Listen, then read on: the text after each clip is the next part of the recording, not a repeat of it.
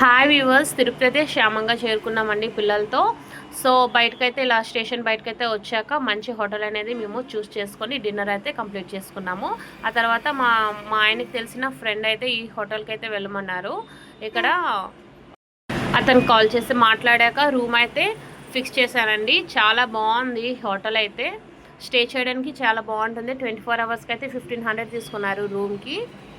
AC are non AC మనం తీసుకునే బట్టే ఉంటుంది అమౌంట్. రూమ్ చూడండి ఎంత బాగుంది. డ్రెస్సింగ్ టేబుల్, వన్ చైర్, అలాగే టీవీ, పిల్లలకు బోర్ కొట్టకుండా. అలాగే బెడ్ కూడా చాలా నీట్గా అరేంజ్ చేశారండి. ఇలాగ విండో అయితే ఉంది, మనకు నచ్చితే తీసుకోవాలి లేకపోతే లేదు.